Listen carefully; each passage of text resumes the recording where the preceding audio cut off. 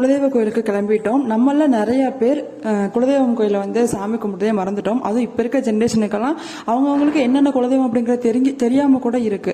So அந்த மாதிரிலாம் இல்லாமல் நம்மளோட இஷ்ட தெய்வங்களை எப்படி நம்ம விரும்பி சாமி கும்பிடுமோ அதே மாதிரி அதுக்குமெல்லாம் முன்னாடி நம்மளோட குலதெய்வம் வந்து சாமி கும்பிடும்பொழுது நம்மளோட வாழ்க்கையில் இருக்கிற எல்லா கஷ்டங்களும் நீங்கி நம்ம நினைச்ச காரியங்கள் எல்லாமே கண்டிப்பாக ஒவ்வொன்றா நடக்கும். பர்சனலாக நானும் என் ஹஸ்பண்டும் இதை நிறைய எக்ஸ்பீரியன்ஸ் பண்ணியிருக்கோம்.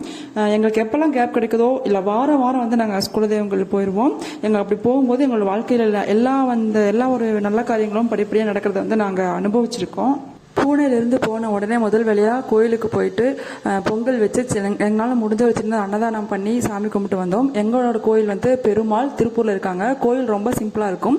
எங்களோட இப்போடைய வேண்டுதலே வந்துட்டு கோயிலை பெரிய லெவலில் கட்டணும் அப்படிங்கிறதான். அதுக்கான முயற்சிகள் தான் நாங்கள் இப்போ எல்லாமே எடுத்துகிட்டு இருக்கோம். உங்கள் வேலையில் ஒரு சின்ன கேப் கிடச்சா கூட கண்டிப்பாக கோயிலுக்கு போயிட்டு வந்துடுங்க.